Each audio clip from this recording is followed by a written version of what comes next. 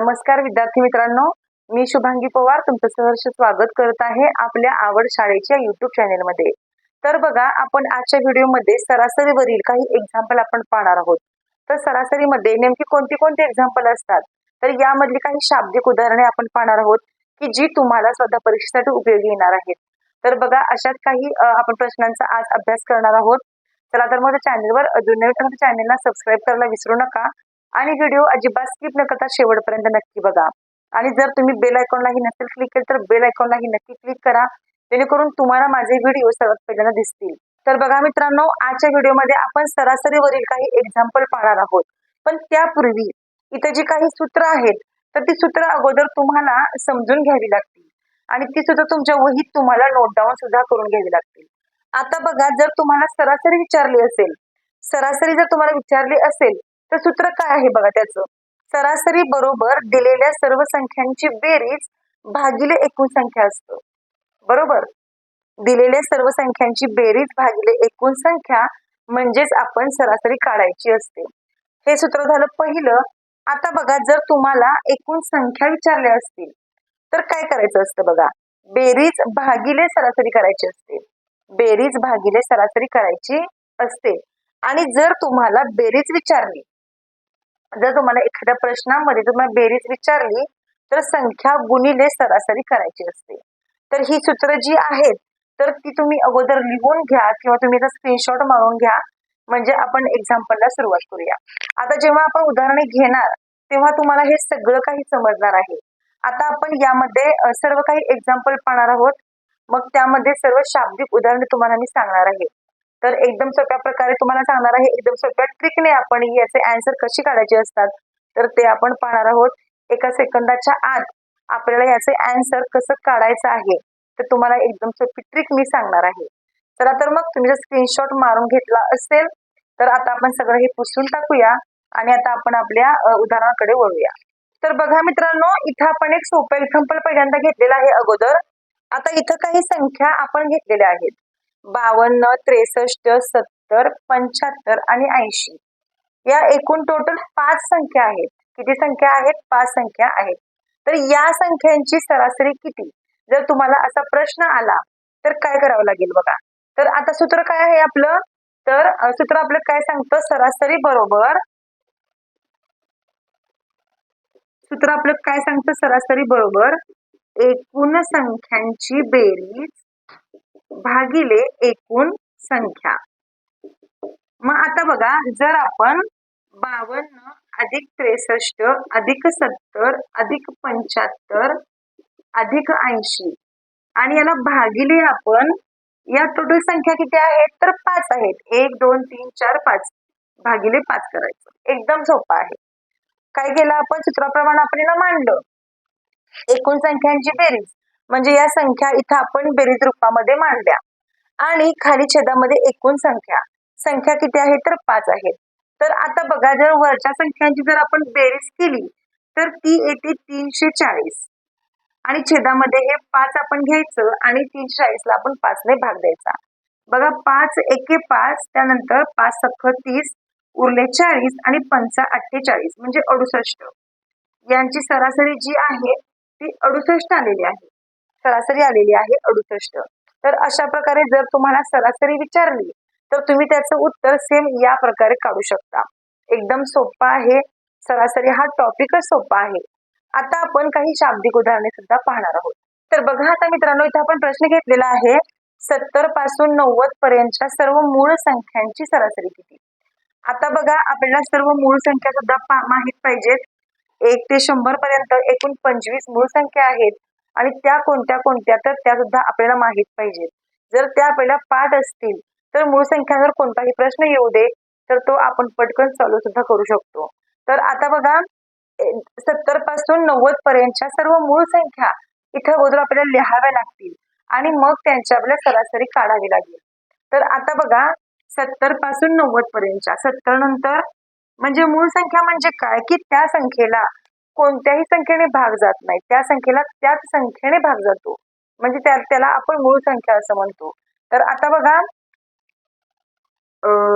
71, 73, plus लिहू आपण लागलंच 71 73 79 plus 83 आणि प्लस 89.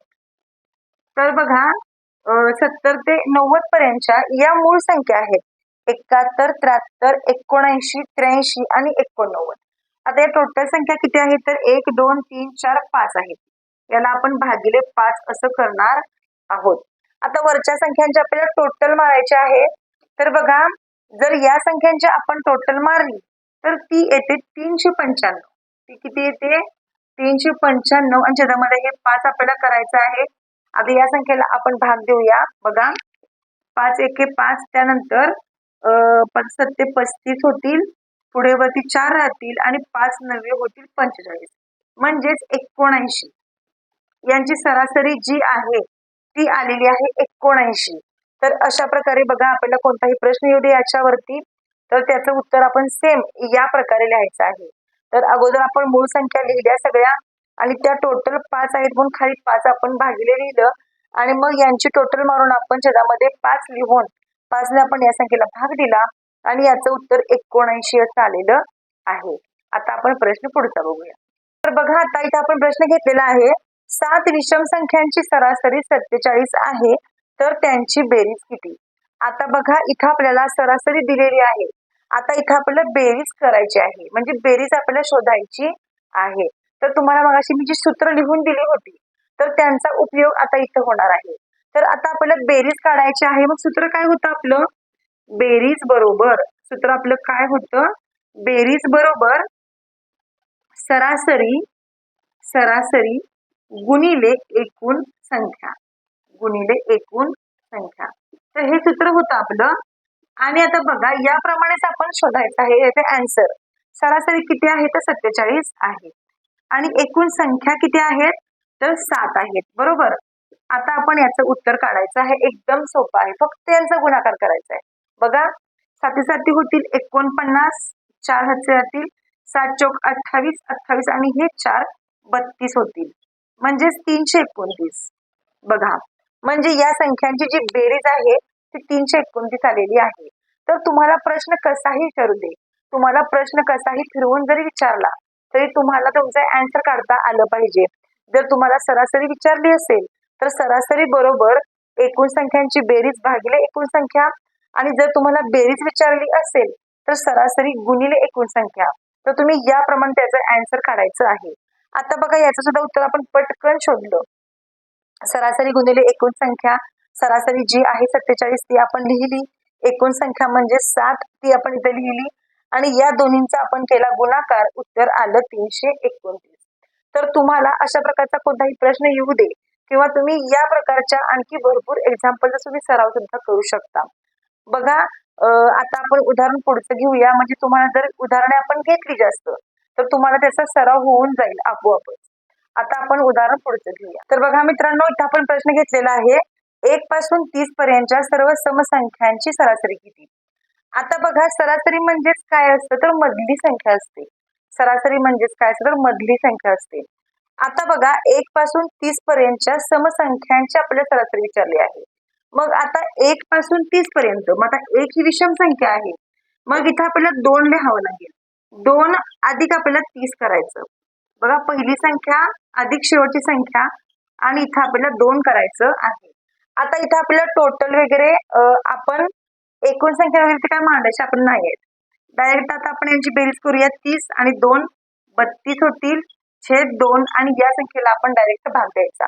बघा बे 1 के बे इथं 1 उरला आणि बे सख्ख 12 म्हणजे 16 म्हणजे हे आपलं उत्तर असणार आहे. सरासरी असणार आहे 16.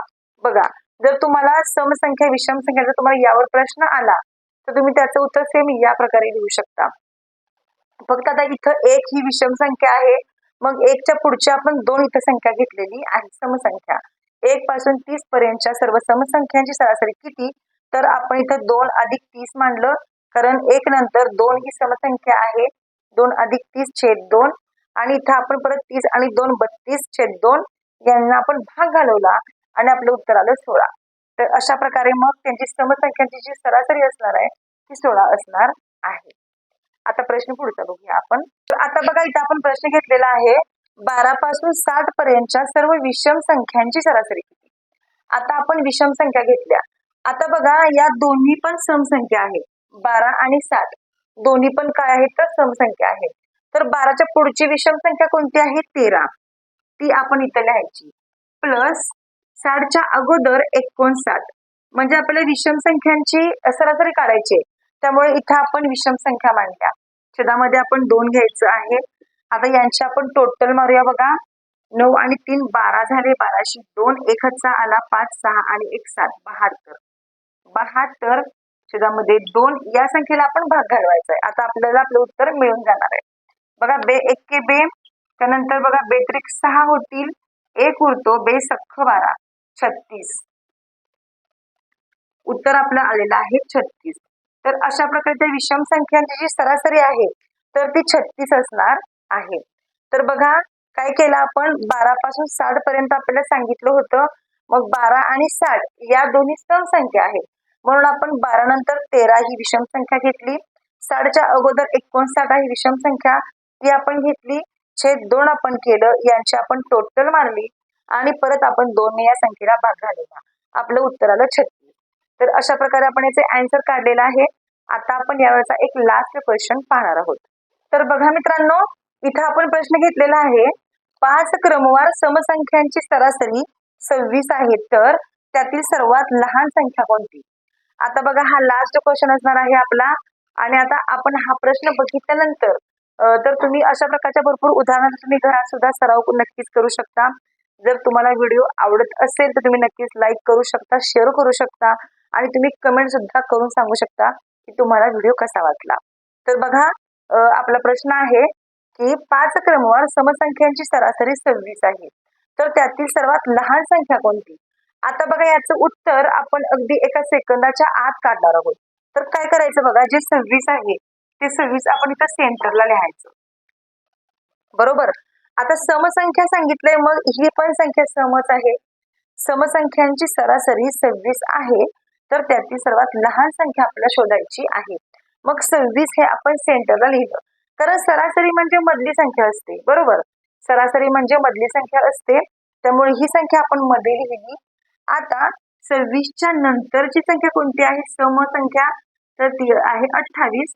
आणि 26च्या अगोदरची समसंख्या कोणती आहे तर ती असणार आहे 24. बरोबर, या 3 संख्या झाल्या. आपल्याला 5 क्रमवार समसंख्या पाहिजे. मग आता 28 नंतरची संख्या 30 असणार आहे समसंख्या आणि 24 नंतरची समसंख्या 22 असणार आहे. म्हणजे 24च्या अगोदरची समसंख्या 22 असणार आहे. तर याच त्या 5 संख्या आहेत की त्यांची सरासरी ही 26 आहे. याच त्या 5 संख्या आहेत त्यांची सरासरी ही 26 आहे. आणि आपला प्रश्न होता की त्यातील सर्वात लहान संख्या कोणती? तर यामधली सर्वात लहान संख्या ही 22 असणार आहे आणि हेच आपलं आन्सर असणार आहे. तर बघा एका सेकंदाच्या आत आपण याचे आन्सर काढलं. जी सरासरी आपल्याला दिलेली आहे ती आपण मध्ये सेंटरला मांडली आणि मग आपण याच्या आधीच्या आणि नंतरच्या आपण समसंख्या क्रमवार ज्या आहेत 5 त्या आपण लिहिल्या आणि मग त्यातली आपण लहान संख्या कोणती आहे ती शोधून काढली. तर अशा प्रकारे मित्रांनो एकदम सोपा टॉपिक होता हा आणि यावरचे प्रश्न आपण बघितले. तर बघा जर तुम्हाला व्हिडिओ आवडला असेल तर नक्कीच लाईक करा व्हिडिओला, कमेंट करून सांगा तुम्हाला हा व्हिडिओ कसा वाटला. चला तर मग आपण असंच भेटू आणखीन एका नवीन व्हिडिओ सोबत. तोपर्यंत धन्यवाद.